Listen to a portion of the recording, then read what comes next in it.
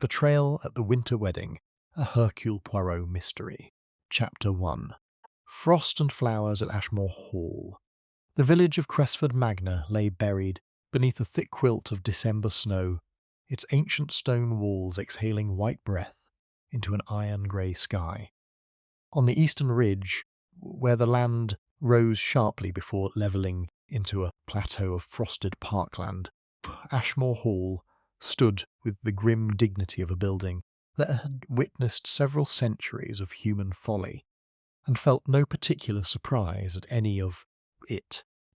The hall was a Georgian structure of considerable pretension, 4 stories of pale limestone, flanked by matching wings that curved inward like arms reluctantly opening for an embrace. Its windows, tall and many-paned, caught the thin winter light and threw it back cold and indifferent. Ivy had colonised the eastern wall, leafless now, black tendrils tracing patterns across the stone, like the handwriting of someone deeply troubled. Inside, however, the hall had been transformed. Garlands of white hellebore and silver-sprayed holly adorned every banister and door-frame. The great hall itself, a baronial space of flagstone floors and hammer-beam ceiling, blazed with the light of 100 candles set in iron, chandeliers, their warmth reflected in the polished silver of the candelabras below. White silk ribbons had been wound around the columns, and at the far end, before the enormous stone fireplace, an arch of winter roses and eucalyptus had been erected with considerable artistic effort. This was the eve of the Ashmore wedding. Colonel Reginald Ashmore, 63, red-faced, broad-shouldered, and possessed of the unshakable confidence of a man who has never once doubted himself, stood before the fireplace with a crystal tumbler of Scotch in his hand. He was wearing a dinner jacket of military cut, his grey moustache trimmed to fierce precision. The Colonel owned Ashmore Hall, 3 farms, a small timber operation, and the absolute conviction that his decisions were invariably correct. Another excellent year, he remarked to no one in particular. His son, Captain Lionel Ashmore, aged 31, stood near the drinks table with the expression of a man enduring a considerable private ordeal. Lionel was lean where his father was broad, dark where the Colonel was flushed, and careful where his father was expansive. He had returned from 2 tours abroad with the manner of someone who had seen enough of the world's unpleasantness and preferred not to add to it. Was to be married tomorrow morning at 11 o'clock sharp to Miss Rosalind Fenn. Miss Rosalind Fenn, the bride, was 28 years old and stood apart from the fireplace group near the tall windows that overlooked the snow-covered garden. She was a slender woman with dark eyes and a quality of stillness about her that some found serene and others found unsettling, depending on their own temperament. She wore a cream gown of severe elegance, and her dark hair was pinned simply at the nape of her neck. She was watching the snow fall, with a concentration of fan or use and someone reading a message. The other guests arranged themselves about the room in their characteristic formations. Mrs. Dorothea Ashmore, the Colonel's elder sister, unmarried, angular, and possessed of a tongue like a well-honed letter-opener, sat in a high-backed chair near the fire, her sharp eyes missing nothing. She had opinions on the marriage. She had indeed opinions on everything. Mr. Gerald Fenn, Rosalind's father, sat across from Dorothea with the permanently apologetic bearing of a man who had once made money in engineering, and felt faintly embarrassed about the manner of it.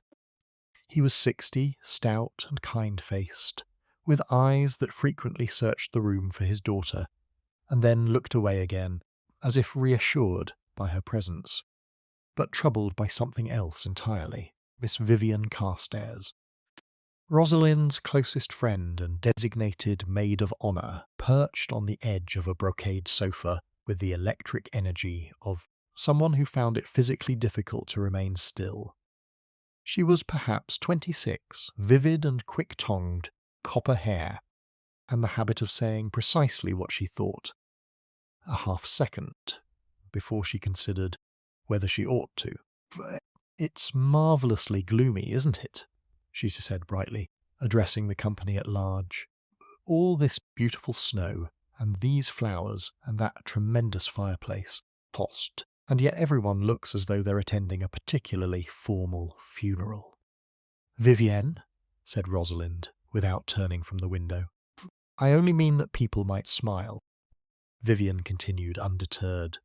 "It is, after all, a happy occasion." No one immediately contradicted her, but the quality of the silence that followed left a great deal unsaid. The final principal guest was Mr. Alastair Dean, tall, fair, dressed with the slightly overstudied elegance of a man who cares intensely about appearances.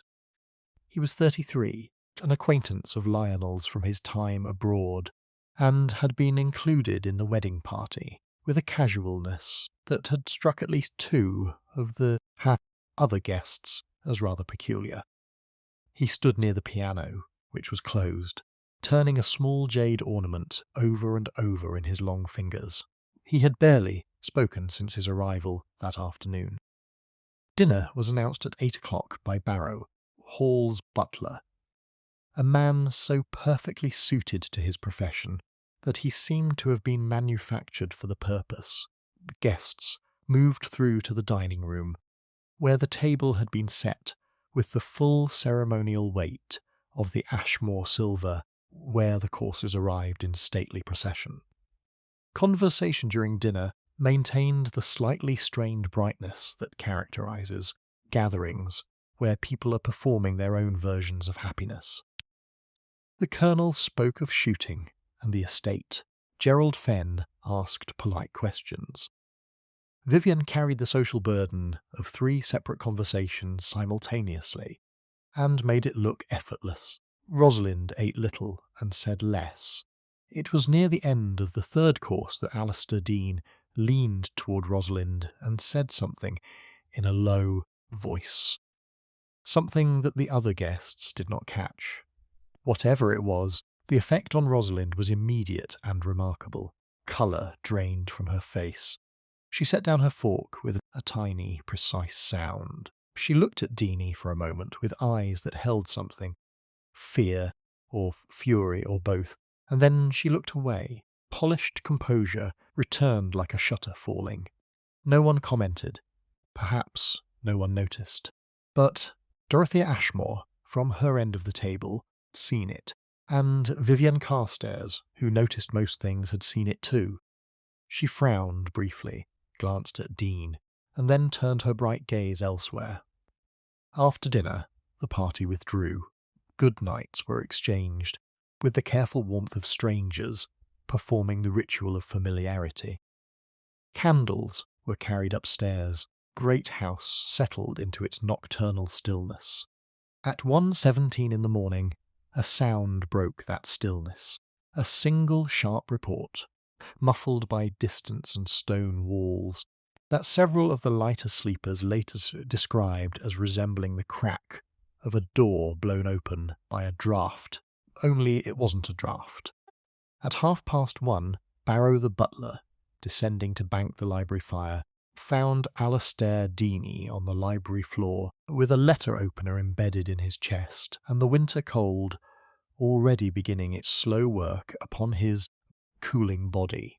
The wedding had not yet taken place, but already Ashmore Hall had become something else entirely. Chapter 2. The Hour Between Midnight and Murder. The library at Ashmore Hall occupied the corner of the east wing on the ground floor, and it was, in the opinion of most who knew it, the finest room in the house. Its shelves rose to a moulded ceiling, 14 feet above, books that lined them. Several thousand volumes in calf and buckram and cloth created a dense, concentrated atmosphere, quite unlike the cold formality of the reception rooms. 2 leather wing chairs faced the fireplace. Between them stood a small table bearing a decanter of port, 2 glasses, both used, and an ashtray containing the remnants of one cigar. Barrow stood in the doorway for precisely 4 seconds before his professional composure reasserted itself. Then he crossed to Dean's body, confirmed what he already knew, stepped back with care to avoid disturbing anything, and went upstairs to wake the Colonel. Colonel Ashmore arrived in the library in a silk dressing gown and the expression of a man confronted with an unexpected but not entirely precedented military emergency. He looked at the body.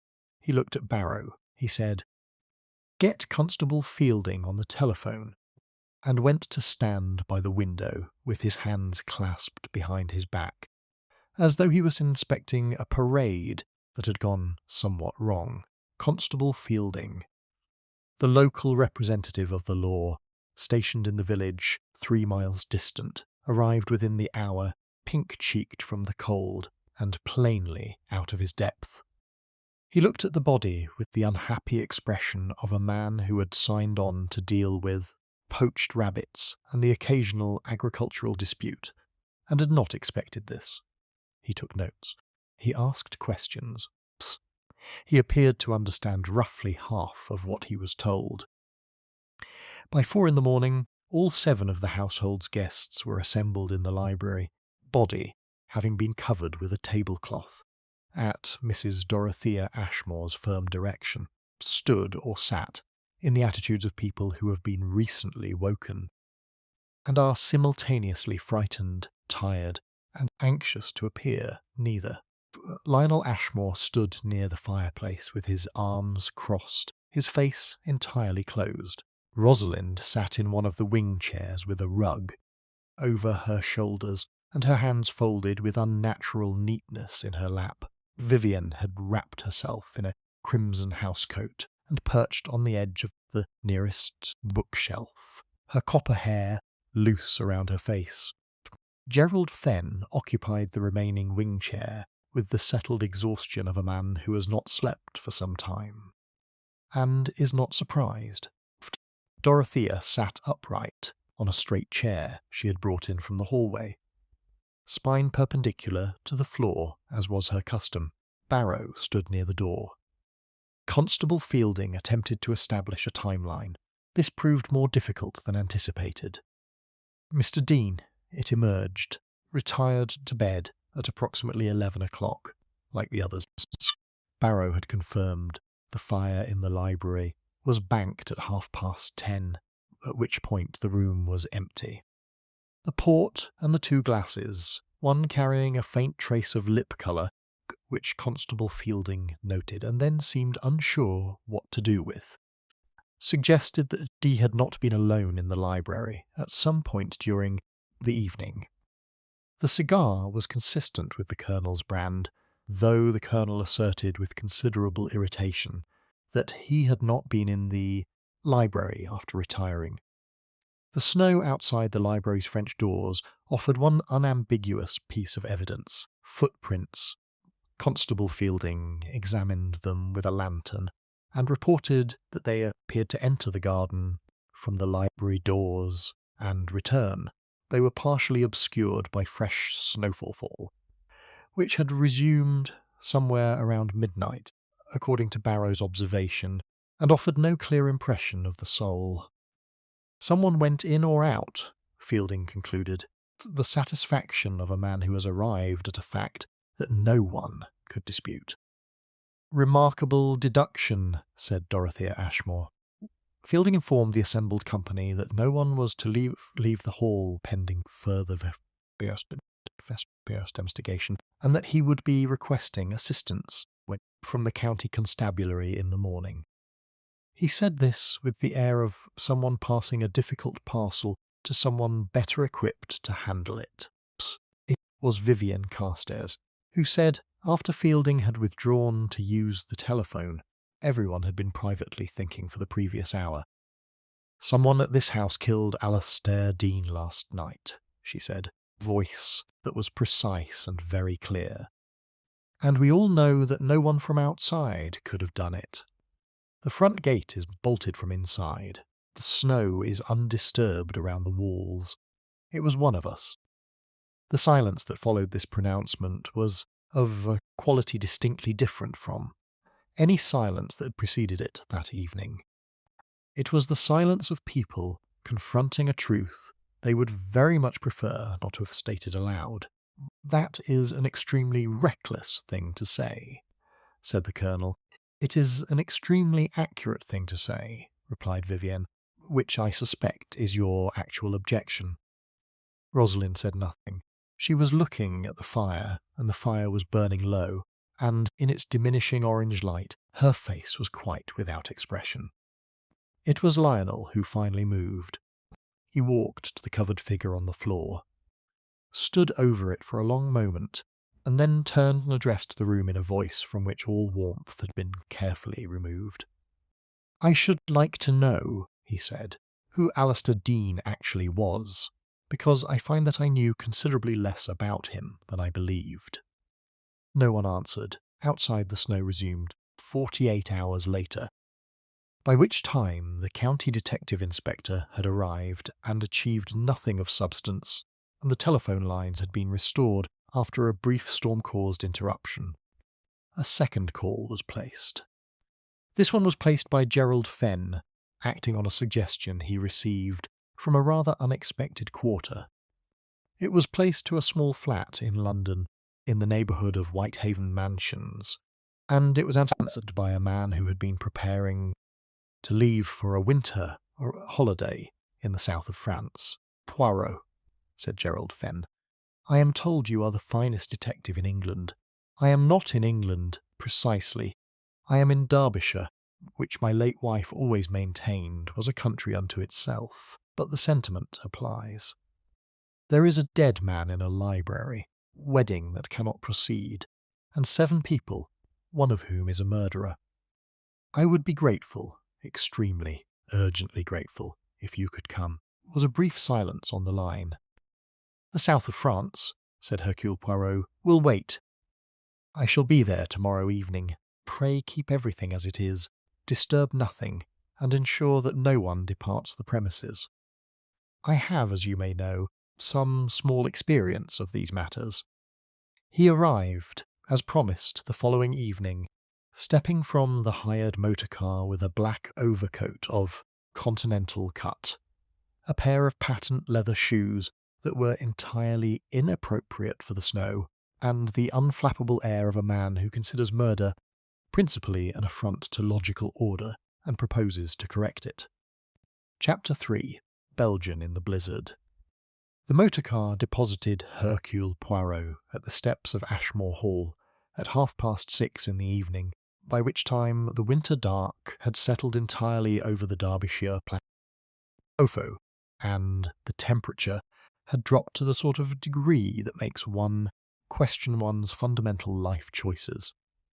Poirot stepped out, took one look at the snow through which he had just been transported, and expressed his feelings with a single small sound that his companion, the hired driver, interpreted correctly as profound disapproval. He was a small man, smaller than people generally expected from his reputation, with an egg-shaped head of extraordinary neatness, moustache of theatrical precision, and eyes of such an alert and penetrating green that they seemed to belong to a considerably younger face.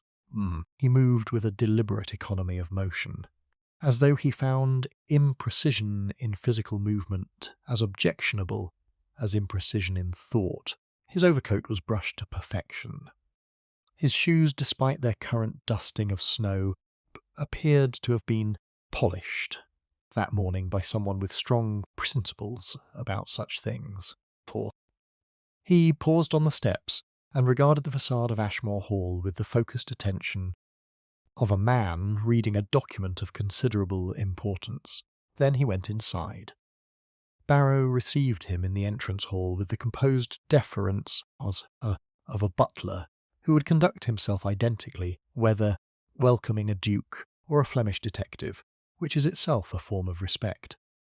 He took Poirot's coat, his hat, and his extremely small suitcase, and informed him that the household was assembled in the drawing-room. "Excellent," said Foifaux. I shall not go there immediately. Barrow blinked once. Very good, sir.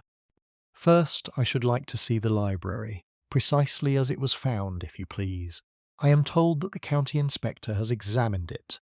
I should like to know what he found, and also, more importantly, what he did not find. The library was shown to him. Poirot spent 40 minutes in it. He did not hurry.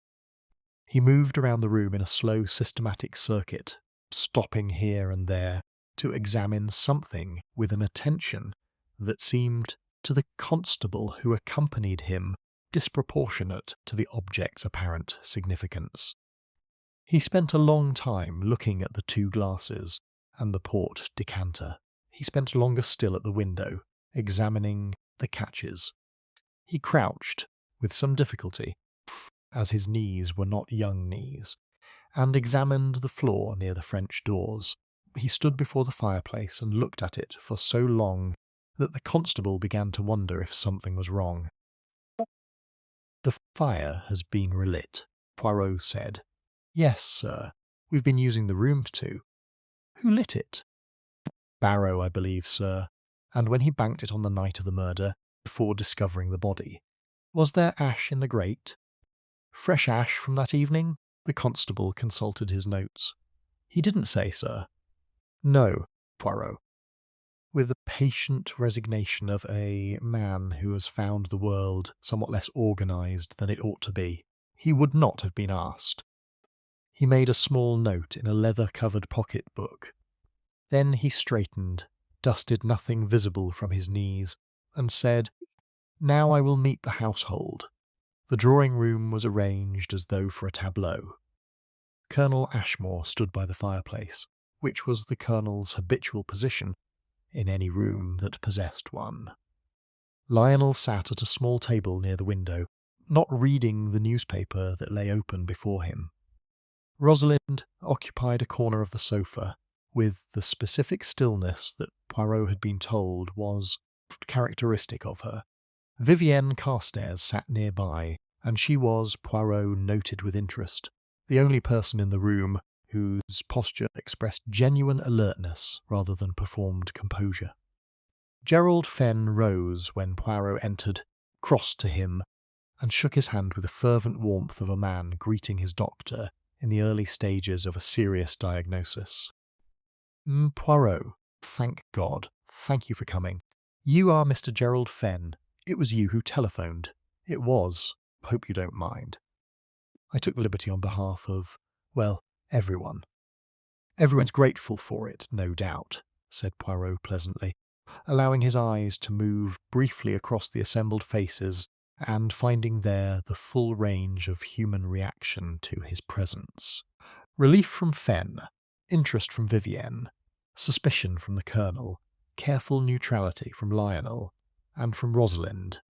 Nothing at all. He accepted the chair that was offered to him, and he sat in it in a fashion that expressed both comfort and command.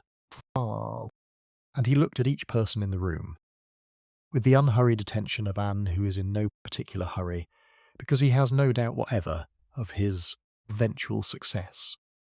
"I shall speak with each of you," he said, "one at a time, privately. Beginning, if you please, with Colonel Ashmore, as it is his house and courtesy demands I start there." He paused. "You will find it most productive to tell me the truth, not because I shall think worse of you for a lie. I understand entirely why people lie, and I rarely find it morally remarkable, but because I shall discover the truth regardless.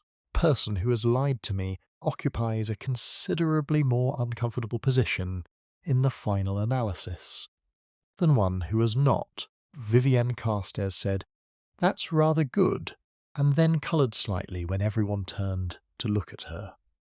"Quite," said Poirot. He folded his hands in his lap. "Now then, shall we begin?" Chapter 4. The architecture of Alivbis. The interviews took place in the morning room, smaller space off the entrance hall that Poirot selected for practical reasons. It had one door, 2 windows, from which the approach could be observed, and chairs of sufficient discomfort to discourage the kind of leisurely fabrication that requires physical ease. He began with Colonel Ashmore. The Colonel settled into his chair with the weight of a man who is accustomed to being the heaviest presence in any room. He had dressed with full formality for the interview, which Poirot noted. People who dress carefully for an interview are communicating something, though the communication may not be what they intend. "You were acquainted with Mr. Dean through your son," Poirot began. "That's correct. Lionel met him in Cyprus, apparently, some time before Lionel came home." "You say apparently." The Colonel's expression did not change. "I wasn't there, Monsieur Poirot. I'm taking my son's word for it." "And what was your opinion of Mr. Dean as a person?" "Didn't form one. He was a guest for 48 hours. Seemed perfectly adequate." "You had no private conversation with him?" The pause that followed was approximately 1 second longer than such a pause needed to be. "A brief one, yes, yesterday afternoon, before the dinner." "What was its subject?" "Estate matters. He had some interest in agricultural property. We discussed it in passing." Poirot regarded the Colonel with his clear green eyes. "Agricultural property," he repeated, in the tone of a man writing something down mentally. "Just so. And the cigar in the library ashtray, Colonel, was your brand?" The Colonel's jaw tightened marginally. "I told Fielding I wasn't in the library after I retired. You were not asked when you were in the library." "I am asking whether that is your brand of cigar. It looks like it. Others smoke them." "In your house, with your decanters?" "Yes, possibly." Poirot made his small note. "Thank you, Colonel." The Colonel left with the expression of a man who has performed adequately under examination, but knows it, and is not entirely satisfied with what adequately requires one to leave unsaid. Lionel Ashmore came next. He sat in the chair with a precision that reminded Poirot of a soldier at ease, the ease that is not ease at all, but a very controlled form of readiness. Dark eyes met Poirot's directly, and remained there without the restless movement that characterizes either guilt or dishonesty. "How long had you known Dene?" Poirot asked. 18 months. We met in Nicosia. He was working for an import concern there. We got on reasonably well, maintained a correspondence, and when I needed to fill a place in the wedding party. There was originally another man who had a family illness. I invited Alistair. You trusted him." "I thought I knew him adequately. I clearly did not." "What do you mean by that?" Lionel was quiet for a moment. "Alistair Dean was not who he presented himself to be. I don't know exactly what he was, but in the 24 hours before his death, I noticed things, small things, that made me think his presence here was not as innocent as a wedding invitation suggested." "What things?" The way he looked at Rosalind, not admiringly. It was the look of someone who has information about a person, who knows something. "And you confronted him?" "I intended to. I didn't have the opportunity." "You had no quarrel with him on the night of the dinner?" "No. And after you retired, you did not leave your room?" "No." Poirot looked at him. Lionel looked back. The interview ended with neither man satisfied, for different reasons. Rosalind Fenn was perhaps the most difficult. She sat with her hands in her lap, her posture perfect, face, wearing the expression of someone who has decided in advance exactly what they are willing to reveal and is prepared to sustain that decision under any circumstances. "Miss Fenn," Poirot said, "I will not pretend that I am unaware of what occurred at dinner. Deanie said something to you. Something which visibly distressed you. I should like to know what it was." Rosalind looked at him steadily. "He made an unpleasant remark about the circumstances of my father's business. It was designed to upset me. It succeeded briefly. That is all." "You had met Deanie before his arrival here?" "Briefly. In London, perhaps, a year ago. He was an acquaintance of Lionel's. You did not know him independently? No. Poirot allowed the silence to sit for a moment. Rosalind did not fill it. She was the sort of person, he observed, who had made a thorough study of silence, and knew that most people find it intolerable, and rush to fill it with the truth. Very well, he said at last. Thank you, Miss Fenn. Vivian Carstairs, by contrast, seemed to approach the interview as though it were a theatrical opportunity. I'm going to tell you everything I know, she announced, before Poirot had spoken. Because it seems to me that the only sensible thing in this situation is absolute candour, and also because I genuinely want to know what happened, and helping you seems the most direct route to finding out. I appreciate the spirit, Poirot said mildly. Proceed. Alistair Deany was not here for the wedding. I mean, obviously he was at the wedding, but that wasn't why he came. I felt it the moment he arrived. He had the look of a man with an agenda, and the wedding was camouflage for it. And what was the agenda? I don't know precisely. But I know that he and Rosalind have a history that she hasn't disclosed to Lionel. I saw them, Poirot, 2 weeks ago in London, before I came here for the preparations. They were in a café in Bloomsbury. I nearly called out to Rosalind, and then decided against it because of how they were sitting. Tight to the table, low voices, the way people sit when they're discussing something they absolutely cannot be overheard.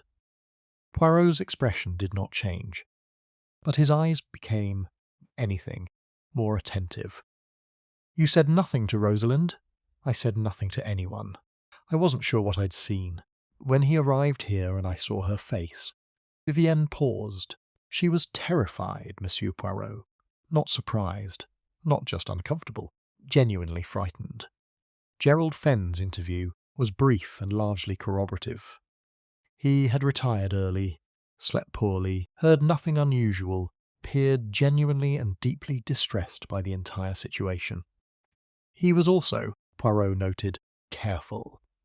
In the specific way that frightened people are careful. Not to say anything about his daughter that could not be retracted.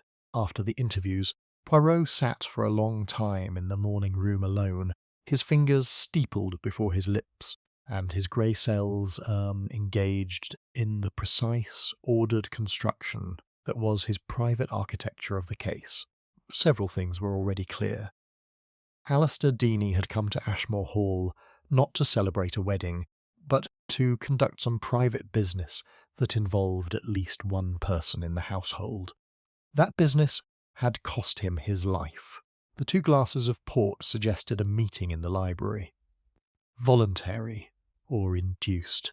The letter opener was a weapon of opportunity, not of planning. The snow outside offered the beginning of a timeline, not the end of one. And the cigar in the ashtray, which the Colonel denied, and which Poirot did not for a moment believe he denied truthfully. That was a thread. And Poirot had learned, 40 years of detective work, that the first thread one finds in a tangle is rarely the most important one. But it is always real. Chapter 5. Portrait of a Missing Year. Poirot spent the morning of the second full day in mere methodical examination of the things that the county inspector had apparently not found sufficiently interesting to examine.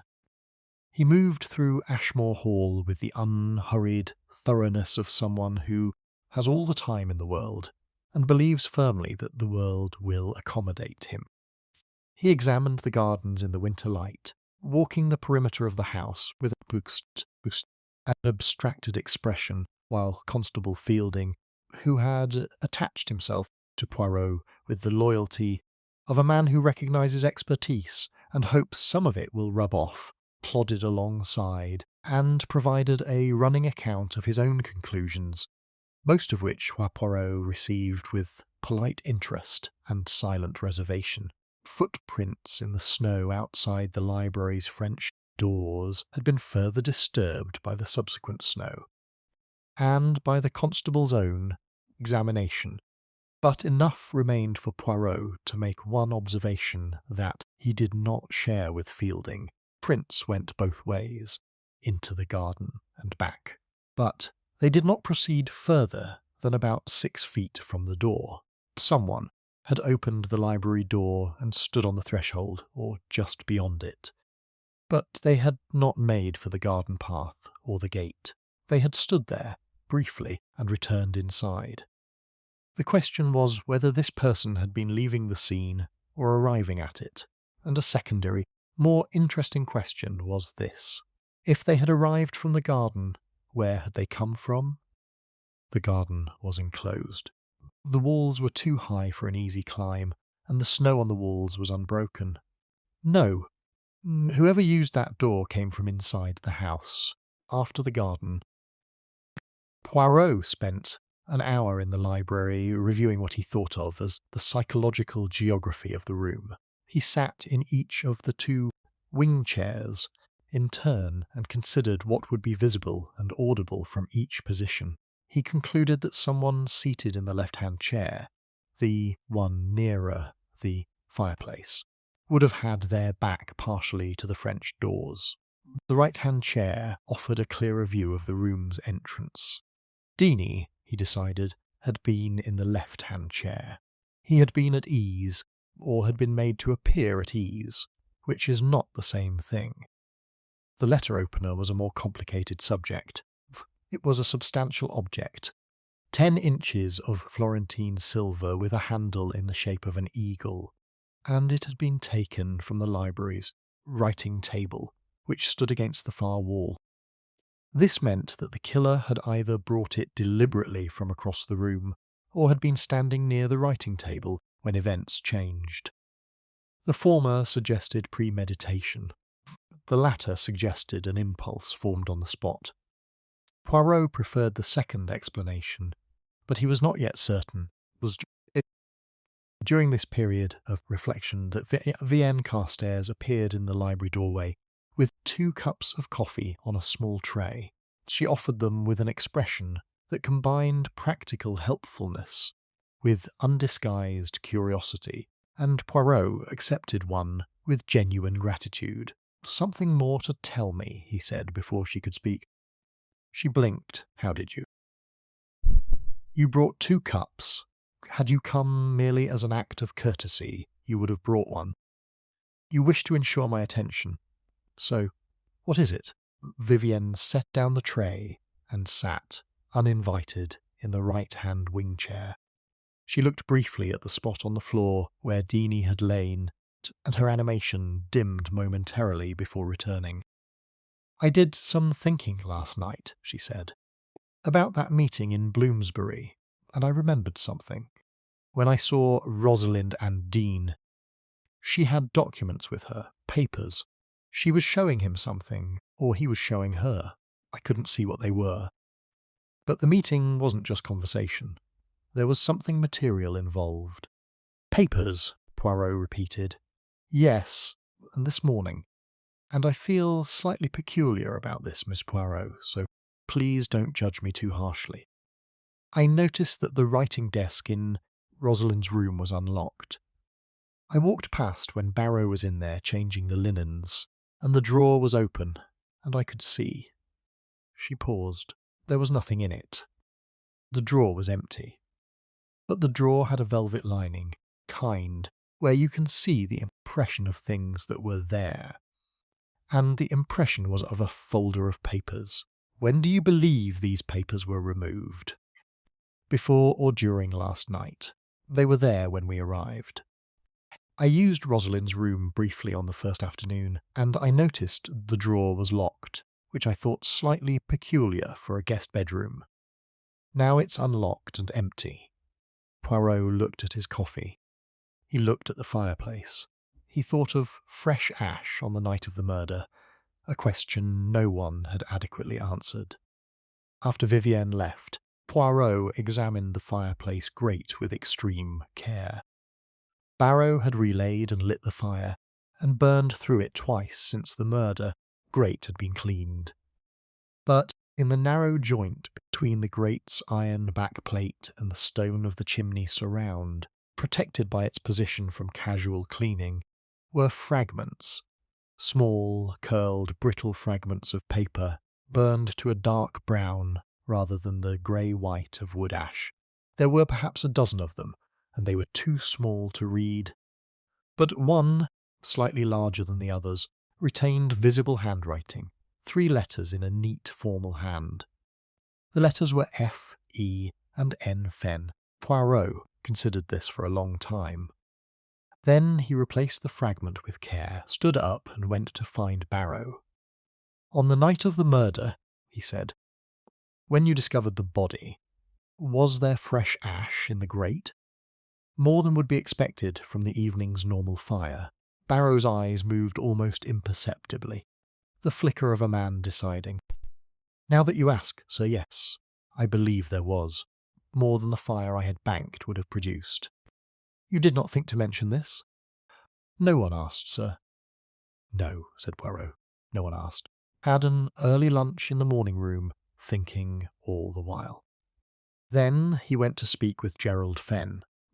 Gerald Fenn was in the small sitting room at the rear of the house, staring out at the snow with the expression of a man who is watching an internal landscape rather than an external one. He rose when Poirot entered, and in his rising there was something, a bracing, physical preparation for difficulty, that told Poirot this conversation had been anticipated. "Mr. Fenn," Poirot said, without preamble, "I should like you to tell me about the business difficulty, the one that Mr. Dean apparently knew of." Fenn sat down again slowly. "What makes you think?" "Your daughter deflected the question when I raised a similar inquiry. You have been in a state of acute anxiety since my arrival that does not entirely correspond to grief over a man you barely knew. A fragment of paper with your name on it was found in the library grate this morning." Poirot paused. "I am not accusing you of anything, Mr. Fenn. I am asking you to help me understand the shape of this matter." Gerald Fenn was quiet for a long time. Outside, Blackbird landed in the snow-covered garden and then flew away again, leaving tiny prints. "There was an incident," he said at last. "6 years ago, in my business, a supplier, a man I had trusted for 12 years, was found to have been paying bribes to officials in the procurement chain. I didn't know. I genuinely did not know. But my signature was on several of the relevant contracts, and had the matter come to light fully, had it gone to court, my position would have been very difficult. The supplier disappeared to Portugal. Files were sealed, but not destroyed. Apparently not. Alistair Dane, I don't know who he worked for, Monsieur Poirot. I swear to you I don't. Had copies of those files, or claimed to. He approached Rosalind in London in November. Not me directly, Rosalind. He wanted money. A considerable sum. He threatened that if it wasn't paid by the date of the wedding, he would send copies of the files to the relevant authorities. Poirot's face did not change. His eyes were very still. "Blackmailing your daughter to protect you." "Yes," said Gerald Fenn, in a voice from which all substance had been removed. "Yes, he was." Chapter 6. The language of small gestures. There is a quality of winter light in the English Midlands. Grey, diffuse, falling without direction, that seems designed to expose concealment. It flattens faces and removes the forgiving shadows that allow small deceptions to pass unnoticed. Poirot, moving through Ashmore Hall on the afternoon of the second day, thought that it was an excellent light for the work he had now to do. He knew the shape of the motive. He knew, or believed he could infer, the nature of the documents. What he required now was a precise understanding of the movements, physical, psychological, temporal, of everyone in the house on the night of the murder.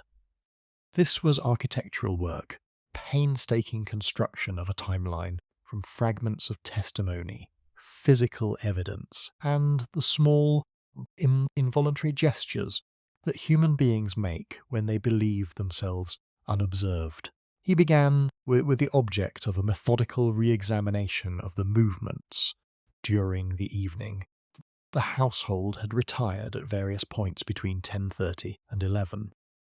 Barrow had been below stairs until 11:45, at which point he retired to his own quarters in the east wing. The cook, Mrs. Hartley, had retired at 10:15. No other domestic staff were resident that night, it being the holiday period. The front door was bolted from inside. Barrow confirmed this at 11 o'clock. The snow had been falling since approximately 8 in the evening, becoming heavier after midnight. The partial footprints outside the library were, Poirot now calculated, made between midnight and approximately 1 in the morning, based on the depth of fresh covering. Alastair Dean's time of death had been given by the country doctor, a decent man, obviously out of his depth with forensic matters, as between midnight and 2 in the morning. This was too wide a window, and Poirot intended to narrow it through other means. He had 3 productive conversations that afternoon. The first was with Barrow, to whom he put a careful question: was there any period during the evening when he had observed a guest leaving the upstairs rooms and descending? Barrow considered. Near 11:30, sir. I was in the hall collecting the final glasses from the drawing-room. I heard a door. It might have been the second landing, close rather firmly. I didn't cease who. The second landing, Poirot repeated. That would be the rooms occupied by Colonel Ashmore and Miss Fenn. Yes, sir, and the sound was at approximately 11:30. I believe so. The second conversation was with Lionel Ashmore, and it concerned not where Lionel had been, but what he had heard. My room is on the first landing, Lionel said. They were in the morning room again, and Lionel sat with his hands flat on the table before him, posture that expressed conscious composure. I did not sleep well. I heard footsteps in the corridor at some point. I assumed it was a guest, visiting the bathroom. I didn't look. What time? Perhaps 12:15. Perhaps later. One direction or two? Did the footsteps return? Lionel looked at him. I heard them go past once. I didn't hear them return, but I may have fallen asleep between the two. Which direction? Toward the east wing or the west? Toward the east. Toward the library. The third and most interesting conversation was not with a person at all, but was conducted with the evidence itself, specifically with a detail that had been present since the first examination, but had not yet revealed its significance until Poirot stood before the fireplace for the third time, this time with a clear mind and an organised set of inferences, and understood what the arrangement of the room actually meant.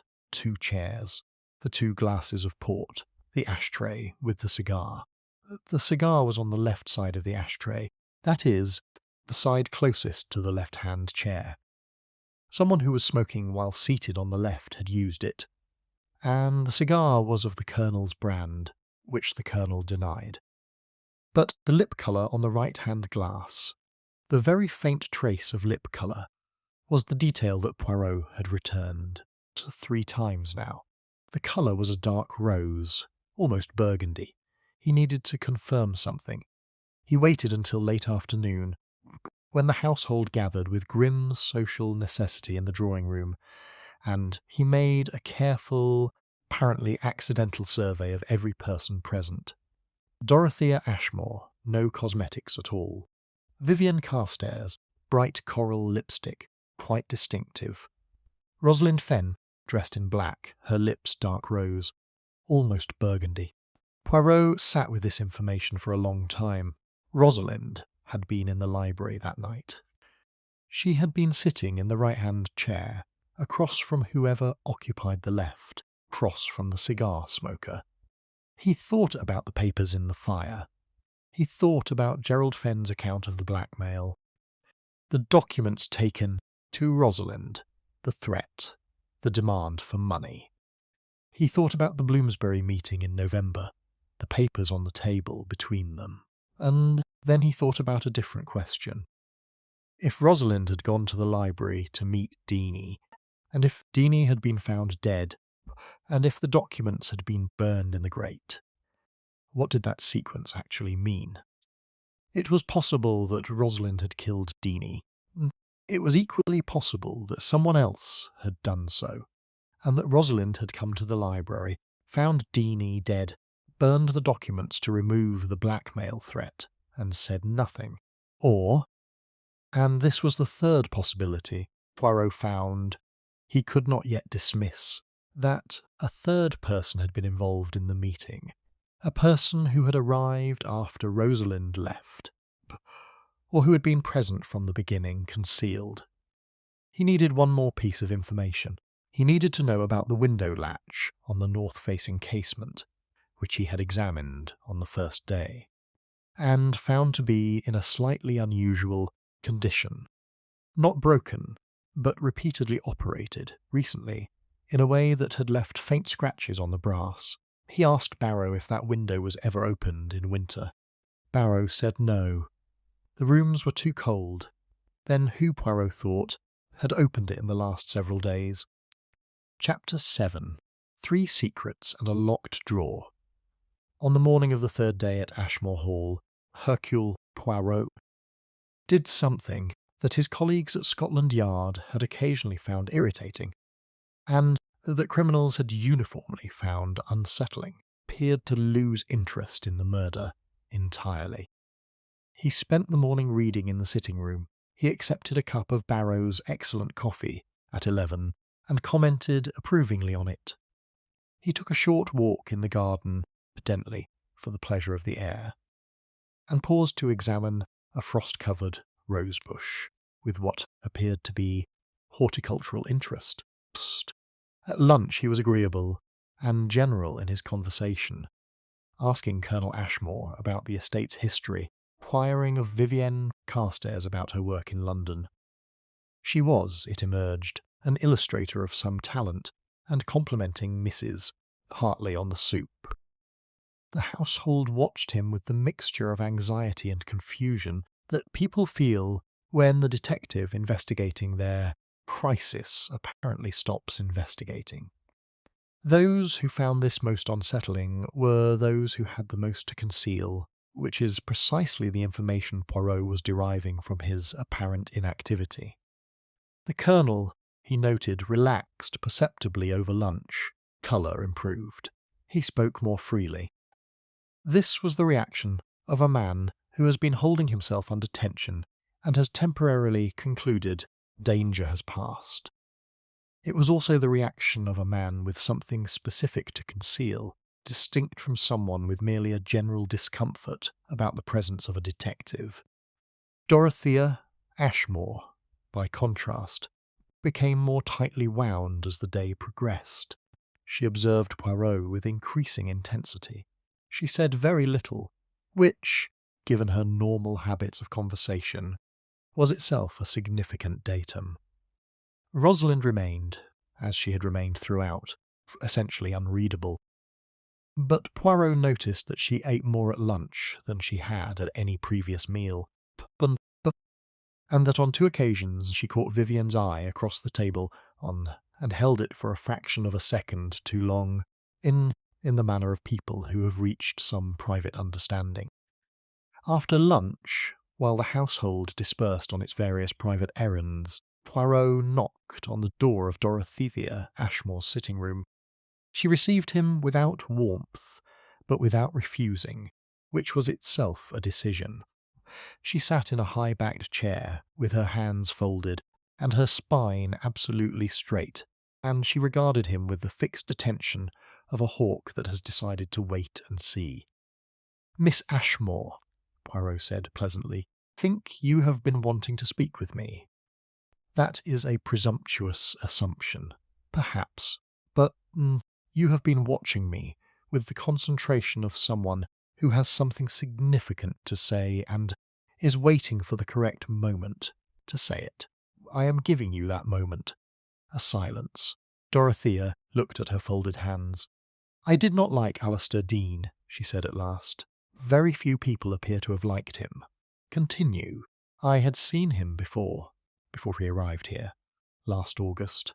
Reginald, my brother, was in London for a week on business connected with the estate's legal affairs. He met Deanie for dinner on 2 evenings. I know this because he told me himself, quite openly. He said Dean was considering an investment in the estate's timber operation. And was he? Poor Dorothea's jaw tightened slightly.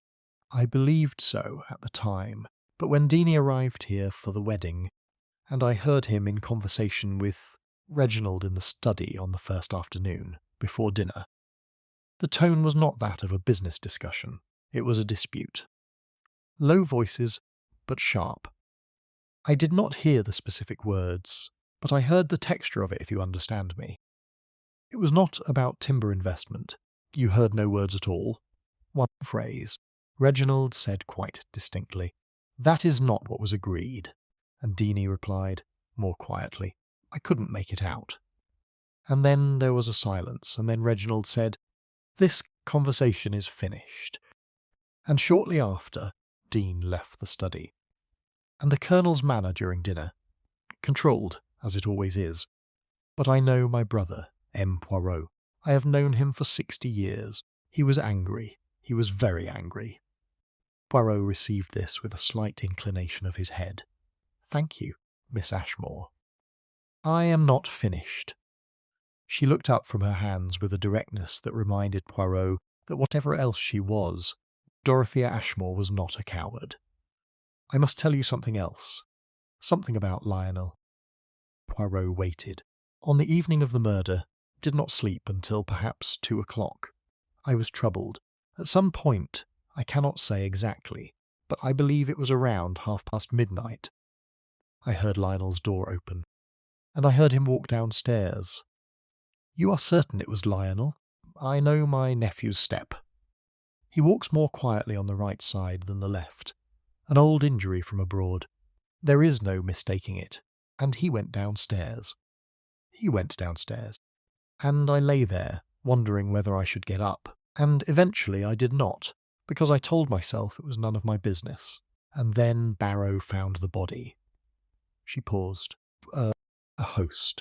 "I have told you this because I believe the truth matters more than family loyalty in a situation of this severity." Poirot thanked her and left her sitting upright in her chair, looking out at the frozen garden with the expression of a woman who has done what she believed was necessary and is not certain she will be thanked for it. In the corridor outside, Poirot stood for a moment and organised the new information into his existing structure. The portrait was becoming more detailed. Some faces in it were still obscure. He then sought out Lionel Ashmore, who was in the gun-room at the back of the house, cleaning a shotgun with the meticulous care of a man performing a task that requires no thought and thus allows too much of it. "Mr. Ashmore," Poirot said, "you went downstairs at approximately midnight on the night of the murder." Lionel's hands did not stop their work. "Aunt Dorothea," he said without surprise. "Will you tell me why?" Lionel set down the cleaning rod. He turned to face Poirot, and his expression was the expression of a man who has made a decision. "I went to speak to Deanie," he said. "I knew he was likely still awake. I'd seen light under his door when I went to bed. I knocked. He didn't answer, and I assumed he'd already gone to sleep or was in another part of the house. So I went back to bed." "Which room was Deanie occupying?" "The blue room, first floor, east side." Poirot noted this with care. "Did you go anywhere other than Deanie's door?" "No." "You did not go to the ground floor?" A slight pause. "I was on the first floor landing. That's as far as I went." Poirot looked at him for a long time. "Thank you," he said. Walking away, he considered what he'd been told. The first floor landing. Not the ground floor. But Dorothea had said he went downstairs, and the staircase from the second floor, where Dorothea's room was. descended to the first-floor landing before continuing to the ground. Possible she had simply heard him stop at the first floor. It was possible. Chapter 8. When the ice cracks. There are moments in an investigation when the structure that one has carefully constructed from logic and inference requires to be tested against human reality, against the messy, complicated, deeply non-logical emotional truth of what people do and why they do it. Poirot prized the life of the mind above almost everything else, was also honest enough to acknowledge that human beings are not, in the main, logical creatures, and that the truest revelations, in any case, come not from the evidence of things, but from the evidence of people, at the moments when they stop performing and simply exist. That moment came for Rosalind Fenn on the afternoon of the third day, and it came not in the formal setting of the morning room, but in the cold garden. Poirot found her standing among the frost-covered rose bushes with her arms at her sides and her face turned up to the dull winter sky. He said nothing for a moment. He simply stood beside her. The garden was very quiet. Snow was beginning to fall again, slowly, large flakes drifting down without direction. "It is a great deal to carry," Poirot said conversationally. "What you have been carrying for these weeks?" Rosalind did not look at him. "I don't know what you mean." "Yes, you do." He said this without accusation, simply as a statement of fact. "You have been protecting your father. You have been protecting your engagement, and you have been protecting a secret that was not yours to keep. It is exhausting. I can see that it is exhausting you." A long silence. Snow fell between them. "I found him," Rosalind said at last. Poirot waited. "I went to the library at midnight. We had arranged it. Deanie and I, a final meeting. He wanted the money. I had intended to tell him that I would not pay, that I would go to my father instead, and that we would deal with whatever came of it openly, through solicitors." Her voice was steady, but only barely. "I was going to call his bluff, because I had concluded that his documentation was incomplete. He didn't have enough to truly destroy my father. Not by itself. He needed my silence, not my money. I was going to end it. And when you arrived in the library, he was already dead." The steadiness fractured briefly, and then returned. "He was in the chair, and the letter opener. I couldn't look at it. I stood there for several minutes. I didn't call out. I know how that sounds." "What did you do?" "I went to the grate. The documents, the copies he had brought to show me, to demonstrate he was serious, were on the mantelpiece. He had been planning to show them to me again that evening. I burned them." She turned her face from the sky and looked at Poirot, and her eyes were clear and direct, and also frightened. "And then I went back to my room, and I told no one."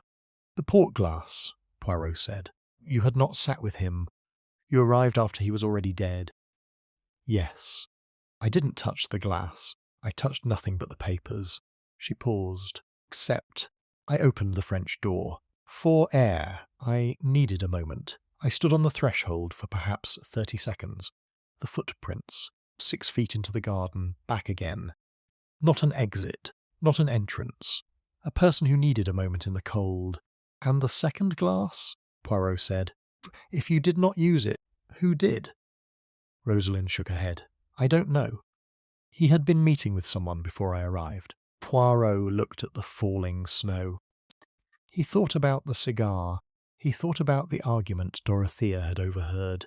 Thought about the Colonel's carefully constructed lie, and the slightly too long pause when Poirot had asked about the tobacco brand.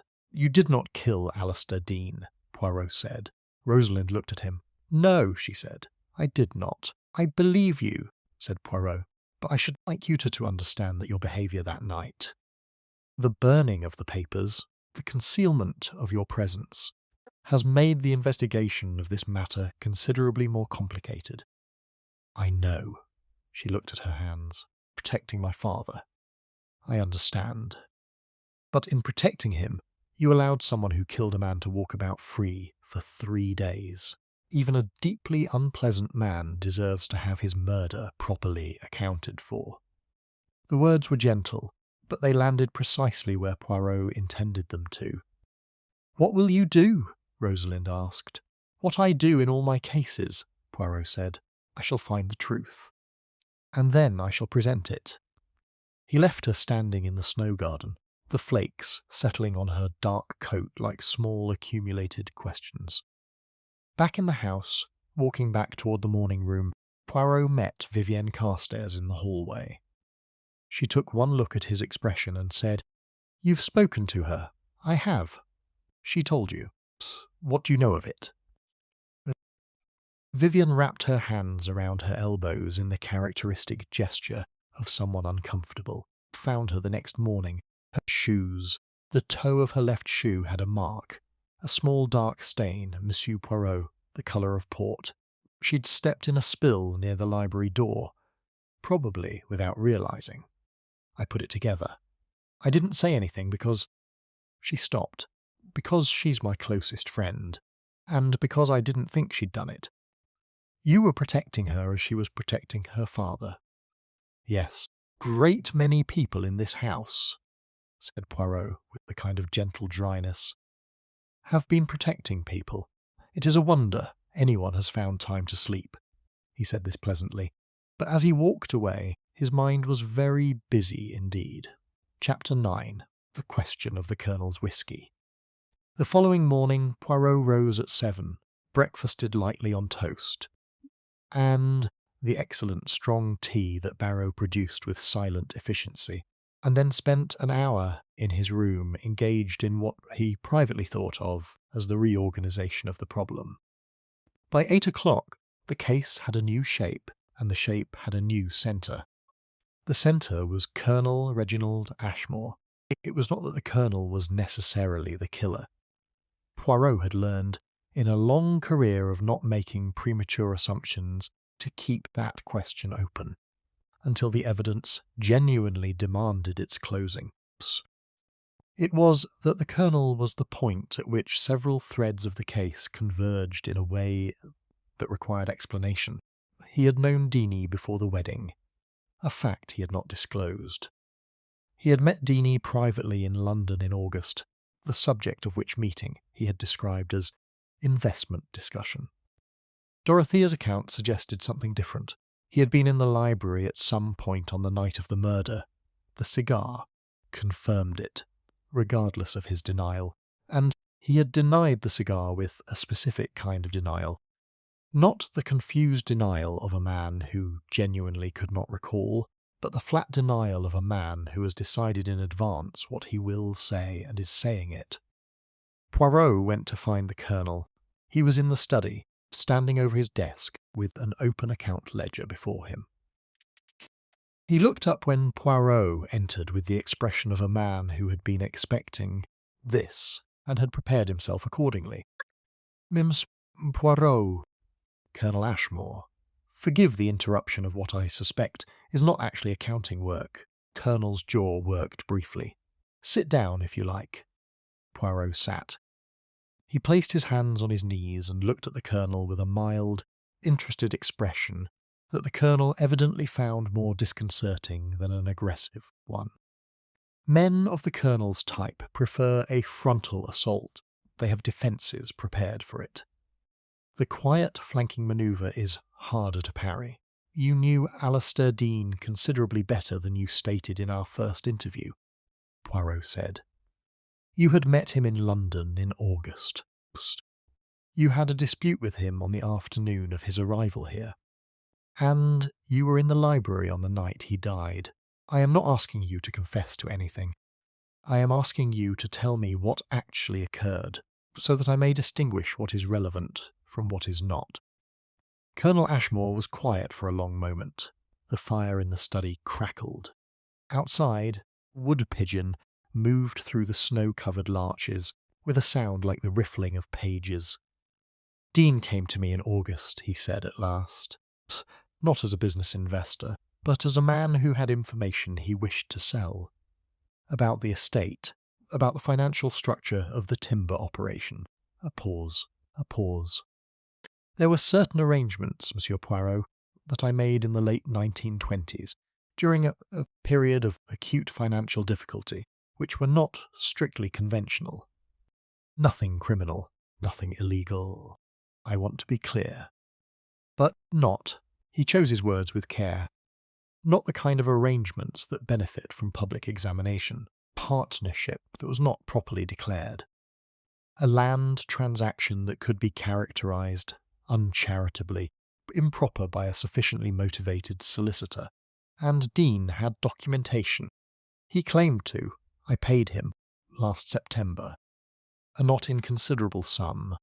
I was told that would be the end of it. The Colonel's face, beneath its high military colour, had a grey quality. He arrived at the wedding. When I saw him, I understood that it would not, in fact, be the end of it. He wanted more. We argued on the first afternoon. I told him I would not pay again. He said. The Colonel stopped. What did he say? He said that the documentation he had on the Fenn family was considerably more serious than what he had on me, and that he was managing several arrangements simultaneously, and that if I was wise, I would appreciate his discretion and maintain it financially. Poirot was very still. He was collecting from multiple parties in this household. That is what I concluded. Yes, Prand, and on the night of the dinner, when he said something to Miss Fenn. That was him making his position clear to her. I saw his face when he spoke to her. It was the same face he'd worn when he spoke to me in August. Face of a man who believes he has all the advantages. Poirot stood. Colonel Ashmore, you were in the library that night. I was. Colonel said it squarely, without flinching. I went there at approximately 11:30. I had a glass of port and a cigar, and I sat there, and I thought. I was considering what to do about Deanie. I had not made any decision. Dean in the library when you arrived. No, the room was empty. And when you left, it was still empty. What time did you leave? Near midnight, perhaps 10 minutes to, and you returned upstairs and remained there? Yes, the Colonel met Poirot's eyes. I did not kill him, Poirot. I had the anger for it, perhaps, but I did not. Poirot looked at him for a long time with the penetrating attention that had, his career, caused a considerable number of guilty people to confess, and a smaller but significant number of innocent people to feel unjustly suspected. Tell me one more thing, Poirot said. The north window in the library, the casement facing the garden. Did you open it that night? The Colonel blinked, and in the blink was genuine confusion. No, it's been sealed against the cold since October. I don't. He stopped. No, I did not open that window. Poirot thanked him and left. The north-facing window, the scratched latch, pinned in winter, when there was no reason to open it. By someone who had not been the Colonel, who had not been Rosalind, had apparently not been Lionel. By a process of careful elimination, the number of people who could have opened that window was narrowing in a very specific direction. Chapter 10. Thread that was always. There Poirot was in the morning room at 2:00 in the afternoon, drinking a second cup of tea, when he asked Barrow to bring him the guest room register, the internal record the hall kept, of which rooms were occupied by which guests, including any notes about services requested. Barrow returned with a small leather-covered book of the kind, kept by houses that have been managing large house parties for generations.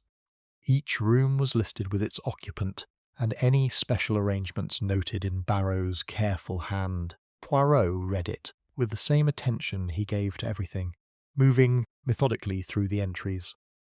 His eye stopped at one. Blue room, Alistair Dean, second floor, east wing. Window, north-facing casement, adjacent to back staircase. He read this again, adjacent to back staircase. He set down the register and sat for a long moment with his eyes closed, his fingers steepled before his lips. Then he rose and went to examine the back staircase.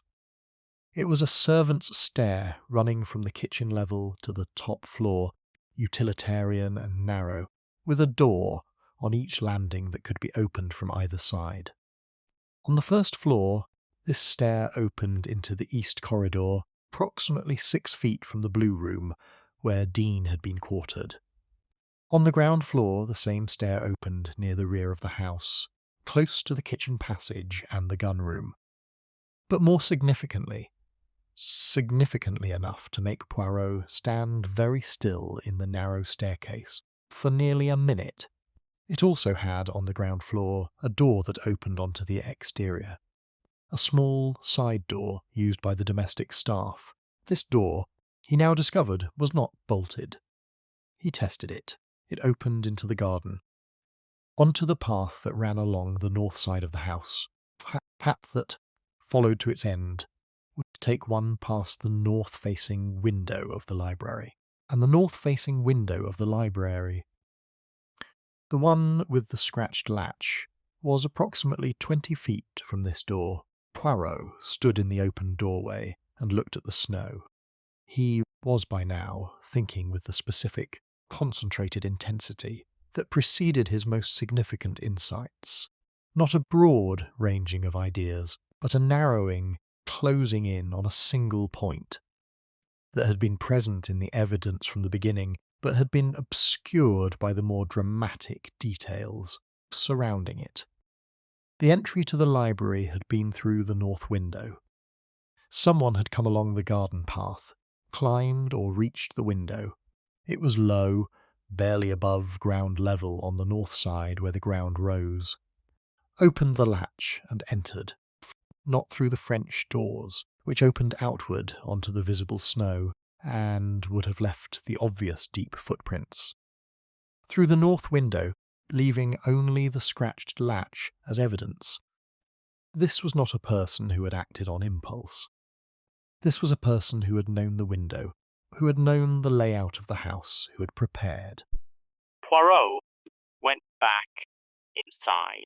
He went upstairs and stood in the corridor of the second floor, looking at the closed doors, the Blue Room, Dean's room, and across the corridor, a smaller, less conspicuous room, occupied by one of the guests. He knocked on the door. Dorothea Ashmore opened it. She looked at him, and in her face was an expression that he had not seen there before. Not the sharp, watchful composure she normally wore, but something much simpler and much more human. "Miss Ashmore," Poirot said, "you were not watching Lionel's movements that night. You already knew what was going to happen, didn't you?" A very long silence. "Come in," said Dorothea. He went in and closed the door behind him. The room was ordered with a precision that matched Dorothea's general character. Everything in its place. Her personal items, Prestons arranged on the dressing table, with a rigour that was almost military. On the small desk near the window was a correspondence case, open, with several envelopes inside. Poirot glanced at them without appearing to. The envelopes, he noted, were addressed in a hand he recognised. He had seen it on a small fragment of burned paper in the library grate, in the letters F-E-N. But the full name on these envelopes, which had not been burned, was not Fen. It was Fenwick Hall.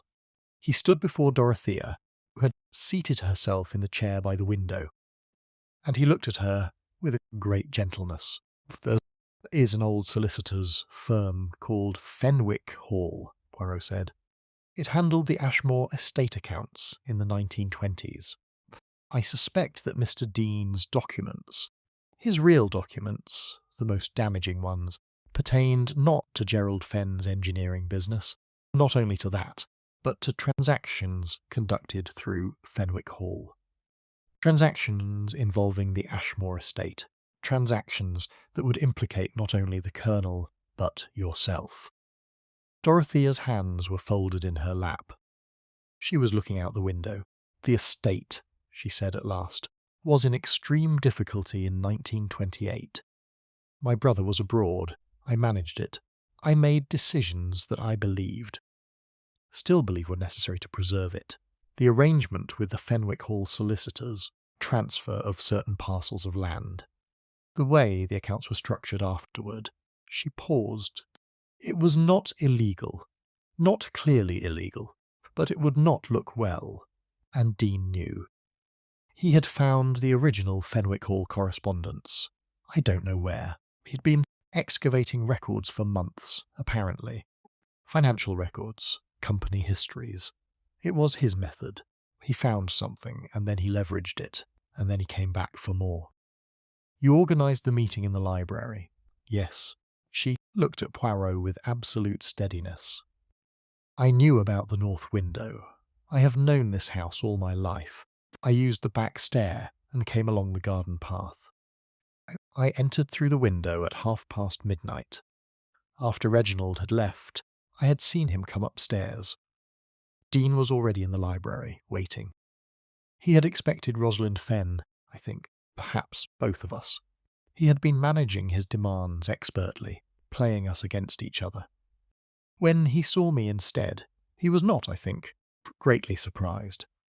He was the kind of man who expects the unexpected. And the conversation? I told him I would not pay.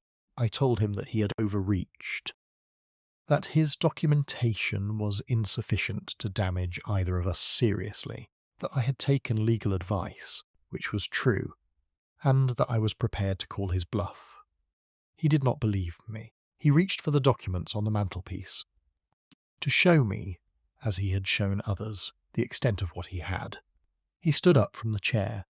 We were both standing near the writing table. Dorothea's voice was steady, but very quiet. He said something. Something about my brother's reputation. About the damage that public examination would do to Reginald's standing in the county. Reginald is 73 years old, Monsieur Poirot. This is his home. It has been his life. What Dean described, the mockery, the public shame, I knew Reginald could not survive it. Poirot said nothing. The letter opener was there, Dorothea said. On the writing table, within my hand's reach. I did not plan it. I have thought about this a great deal in the last 3 days, and I cannot call it planning. It was a single moment of absolute certainty that I could not allow him to do this. She looked at her hands. I am 71 years old. I have managed this estate, raised this family, sustained this house through 2 wars and a depression, and the deaths of everyone I have loved most. And I looked at this man who had come here to parasitize and destroy, and she stopped. You killed him, Poirot said very gently. I did, said Dorothea. Yes. Chapter 11. Poirot assembles the pieces. The gathering that Hercule Poirot arranged for the following morning was not the dramatic assembly in the drawing-room that features in certain theatrical accounts of detective revelation.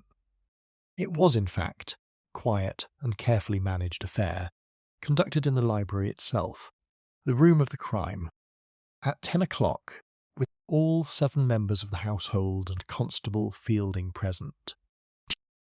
Poirot stood before the empty fireplace and looked, for a long moment, at the assembled faces. Each of them had given him something. Not always willingly, not always truthfully, but something, and from these pieces, as from the fragments of a broken and deliberately scattered document, he had reconstructed the whole. He felt, as he always did at this moment, a complicated mixture of satisfaction and sadness. The solving of a murder restores order, but it also makes permanent the disruption that preceded it. I am going to tell you, he said, what happened in this room on the night of the murder. Not as accusation, but as explanation, so that everyone here understands clearly what occurred and why and what it means. After I have spoken, Constable Fielding will act as he sees fit. He began with Deanie, with his method. Dean had been, in his terms, a professional. He had spent years identifying individuals with something to conceal, acquiring documentation, and extracting money, at intervals, precisely calibrated to maintain anxiety without forcing desperate action. He had found the Ashmore estate's historical irregularities through archived company records. He had found the Fenn connection through a quite separate channel. The failed supplier of Gerald Fenn's engineering business, now resident in Lisbon, who had been persuaded to part with copies of the relevant contracts in exchange for his own immunity. He had arrived at the wedding with two separate blackmail propositions, one against Gerald Fenn, managed through Rosalind, one against Dorothea and the Colonel. He was, in his fashion, audacious. To conduct two such operations under the same roof, in the same house party, required either great confidence or great recklessness. As it turned out, it had required his life. Poirot laid out the evening's movements in order.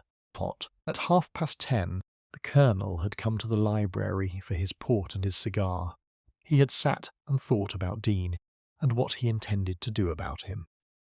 At 10 minutes to midnight, he had gone back to bed. At midnight, Dorothea Ashmore had descended the back staircase, gone along the garden path, and entered the library through the north casement window, which she knew from decades of familiarity. Deanie had been waiting in the library.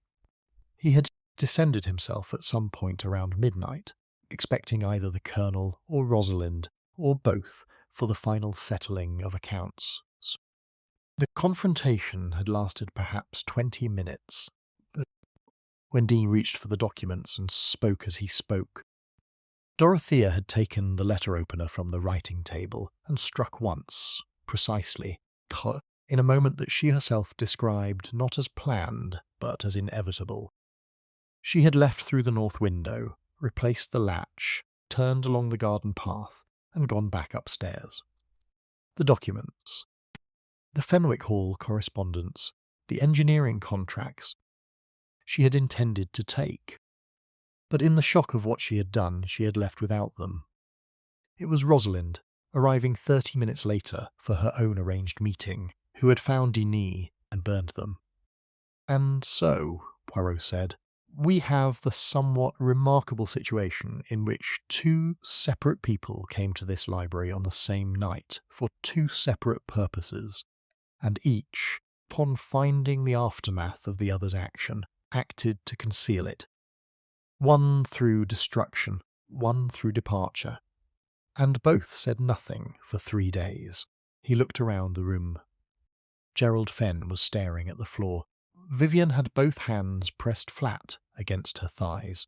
Lionel stood very still, the Colonel, facing the fireplace that had been his customary position throughout, looked old, in a way he had not looked 4 days ago, and Rosalind sat with her hands in her lap, and her face composed and her eyes on Dorothea.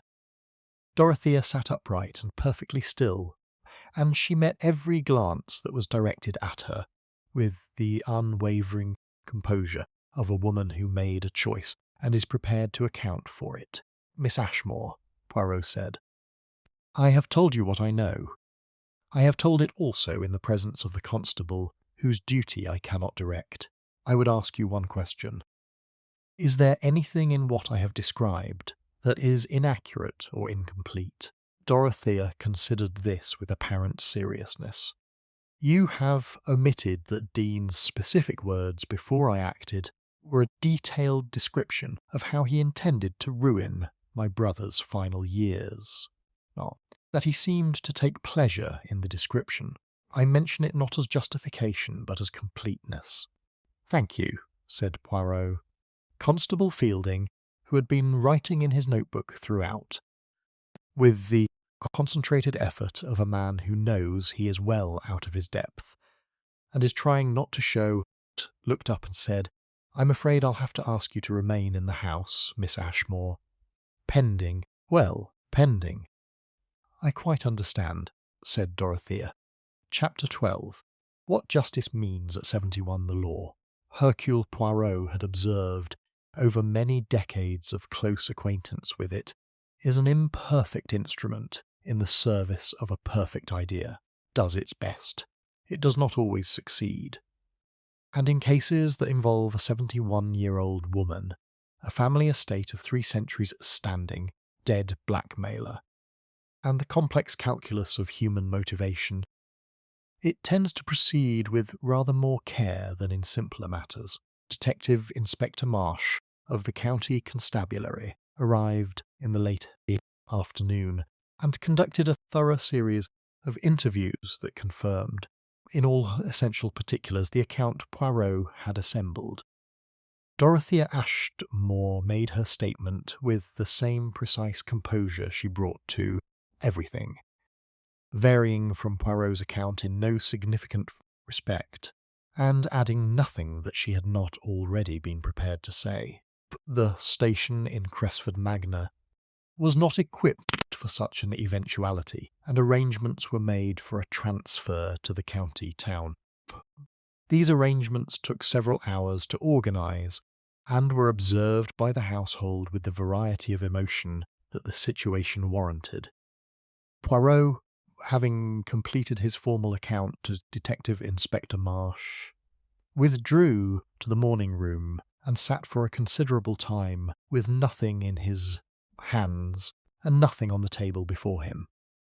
He was, Vivian Carstairs observed through the open door, entirely still. Not the stillness of repose, but the stillness of a man engaged in very deep thought. She brought him tea, which he accepted. She sat with him without speaking for some time, which he appreciated. "Are you satisfied?" she asked at last. Poirot considered this. Satisfied is perhaps not the right word. The truth has been established. The case is clear. Whether satisfaction is appropriate is a different question. She killed a man. She did. He was a blackmailer who deserved, well, not death, I suppose, though one can understand the impulse. But he was hardly an innocent. No, he was not innocent, and she is not innocent either. These things can both be true simultaneously. This is one of the more uncomfortable features of reality, which is why people prefer simple stories. Vivian looked at her tea.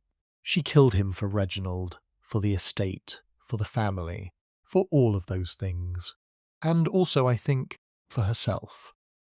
For the person who spent 50 years holding this family together, and found that she would not, at the end of it, permit its dissolution by a man with old papers and no conscience. Poirot paused. "I do not say she was right. I say I understand her. These are not the same thing. What will happen to her? The law will decide. She is elderly, in good health, previously irreproachable character. And the man she killed was engaged in criminal extortion of multiple parties. I suspect the law will find its way to a position that is, under the circumstances, not entirely without mercy." He was right, as it happened. Trial, 3 months later, resulted in a verdict that most of those familiar with the case found difficult to describe cleanly as either just or unjust, which perhaps indicated that it was approximately correct. Dorothea Ashmore served a period of 18 months in conditions that her considerable personal resources made not entirely austere, and she returned to Ashmore Hall, which had been maintained in her absence by her nephew and his wife, in the autumn of the following year, where she resumed her occupation of the high-backed chair by the fire, with an equanimity that those who knew her found entirely unsurprising. The Colonel's financial irregularities were examined by solicitors and found to be, Dorothea had always maintained, not clearly illegal, though not cleanly proper. The matter was resolved without prosecution. Gerald Fenn's engineering documents, having been burned, could not be used in any action. Their absence was noted and then filed. Wedding took place in March in a small church in London, with no house party and no elaborate arrangements. Lionel and Rosalind were married with the quiet ceremony of people who have been through something considerable together and have decided that the thing worth keeping is each other. Chapter 13. The method and the man, it was Vivienne Carstairs who asked the question that others had wanted to ask and had not. And she asked it on the morning of Poirot's departure from Ashmore Hall, while he was waiting in the entrance hall for his motor car, and she had come down early for the express purpose of asking it. "How did you know?" she said. "I mean specifically, not the general deductions. I followed most of those. But the moment you knew, when was it?" Poirot looked at her with appreciation. "It is a good question. It was the north window. The scratched latch. Yes, but more than the scratch. It was the logic of the scratch. The window had been opened from outside. This requires effort. Windows sealed against the cold resist opening. Someone had opened it with the tools of stealth rather than of force, and had done so recently, and had known which window to try. That is not the behaviour of a stranger. It is the behaviour of someone who knows a house deeply, very deeply. And that pointed to Dorothea, to someone with long, intimate knowledge of Ashmore Hall. Combined with everything else, the conversation she overheard, which she described with a precision that indicated she had been near that studied door rather than at the distance she implied, testimony about Lionel's footsteps, which was designed to redirect my attention to him. And above all, Poirot paused, the slight smile of a man who has a particular affection for the detail that cracks the case. Above all, the cigar. The Colonel's cigar. Colonel denied the cigar, yes. But the cigar was not the most significant thing about the ashtray. Most significant thing was where the cigar was. On the left side, nearest the left-hand chair, Colonel had been smoking while seated in the left-hand chair. But when I considered the position of the chair and the position of the window, and the distance between them, I realised something. When I had first examined the ashtray, the cigar was placed at the front left of the tray, yet the ash pattern on the hearth showed that the Colonel had been facing the fire. His chair, his natural position, placed him more centrally. A cigar held by someone standing near the window, leaning slightly, would have been placed exactly as that cigar was placed. Vivienne blinked. Dorothea stood near the window. After the act, she had the letter opener. She was processing what she had done. She stood near the window, the north window, which was how she had come in. She had the Colonel's cigar. She had picked it up from the chair, where the Colonel had left it unfinished, perhaps because she needed something to do with her hands. And then she replaced it in the ashtray, at the wrong angle, in the wrong position, and no one else would have noticed that. "No," agreed Poirot without false modesty. "No one else would have noticed that." He looked at his watch. He looked at the entrance hall of Ashmore Hall, its flagstone floors, its hammer-beam ceiling, the winter light coming through the tall windows. He had been in many such halls, and each held a different human story. And he had found, the course of his career, that the stories were invariably more complicated than the crimes they produced. "Poirot," Vivienne said, "do you ever wish that some of the cases you solved had remained unsolved, for the sake of—" she gestured vaguely, "the people who would have been better off?" He considered this seriously, as he considered all serious questions. "There are cases," he said, "in which the solution causes pain that the mystery had not yet caused. Yes, but I have concluded. And this is a conclusion I have reached with difficulty, many years, that the truth is not in competition with human happiness. It is prior to it. You cannot build happiness on a concealed truth, any more than you can build a sound house on a cracked foundation. The cracks reveal themselves eventually. Always. The motor car arrived. Barrow brought his coat and his small suitcase. "You will come to the wedding?" Vivienne asked.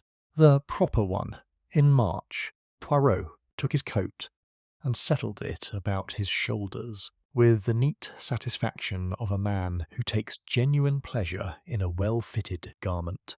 If I am in England, and if I am invited, yes. I have a certain interest in seeing things conclude properly. He pulled on his gloves. Tell me, will you be there, Miss Carstairs, as maid of honour? I will. Good. You should be. You are honest and loyal, considerably more perceptive than you allow others to realise. The world needs people like that at weddings. And also at murders, though I hope for your sake you avoid further occasions of the latter kind.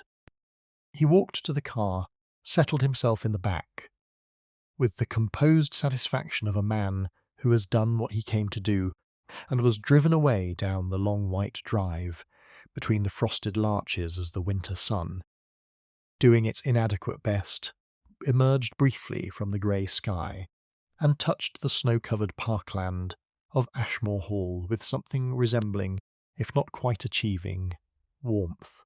Chapter 14. The last letter from Ashmore Hall in the spring, when the larches had come into their bright and acid green, and the grounds of Ashmore Hall were recovering their proper aspect, and the rose garden showed the first tentative evidence of future blooms. A letter arrived at Whitehaven Mansions for Hercule Poirot. It was written in a clear, compact hand on cream writing paper embossed with the Ashmore crest, shield divided quarterly, with an eagle in the upper right quadrant and a rose in the lower left. Dear M. Poirot, I write from the Hall, which is in good order and improving daily. The east wing has been repainted. The rose garden is recovering from the snow. Barrow is well, sends his regards in the form of his usual silence, which you will understand is his particular kind of compliment. Lionel and Rosalind were married in London on the 14th of March, as planned. It was a small gathering and entirely appropriate. Carstairs was there in the capacity you and ye discussed, and conducted herself with her characteristic combination of competence and vivacity. The ceremony was quiet and true, which is, I believe, the best kind. Father has aged somewhat since December. He does not speak of events, as is his manner, but he tends the grounds more than he used to, and I have noticed that he spends considerable time in the library in the evenings, which I choose to interpret as a form of reckoning rather than a morbid habit. Aunt Dorothea sends no message, as she does not know I am writing to you, and I cannot predict with certainty how she would respond to the idea if she did. I believe, however, that she would not object. She is not a person who wastes energy on resentment. She told me, before matters reached their present state, that she regretted only the necessity, and not the act itself, which is a distinction I have been turning over in my mind since December, and which I still cannot quite resolve. I have been thinking about what you said in the morning room, that a solution causes pain, that the mystery had not yet caused, but that truth is prior to happiness, not in competition with it. I think I understand this now in a way I did not then, the year before the wedding. While Rosalind was carrying this matter alone, was a kind of wrongness to everything between us, that I could feel but not name, something in her that was closed to me, and closed in a way that had nothing to do with her natural reserve. I know now what it was, knowing all of it, the difficulty her father faced, the things she did to protect him, does not make me love her less. It makes the foundation you described possible. I thought you should know that. Yours sincerely, Lionel Ashmore. P.S. Rosalind adds that she is well and grateful, and would prefer not to write to you herself, as she suspects. It would make her feel the whole business again. I believe you would understand this. Poirot read the letter twice, set it on his desk beside his morning coffee, looked out the window at the London street where the plane trees were coming hesitantly into leaf against a sky the colour of old pewter. He thought about Ashmore Hall in the snow, and the library, with its 2 chairs and its port and its cigar smoke, Dorothea Ashmore standing at the north window, and the fragment of paper in the chimney joint with 3 letters on it, F-E-N.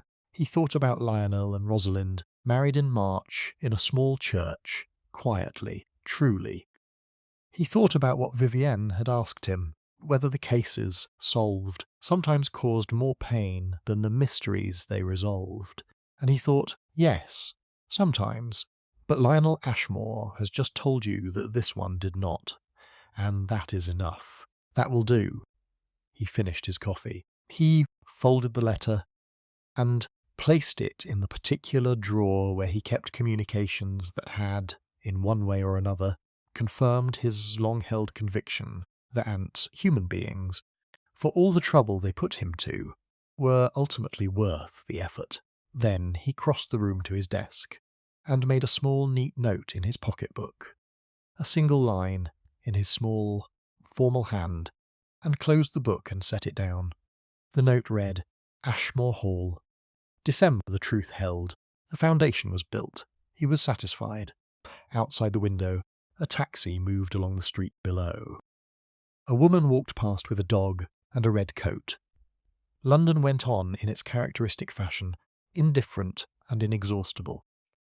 And Hercule Poirot, the finest detective in England, and modestly, he would not have described himself so.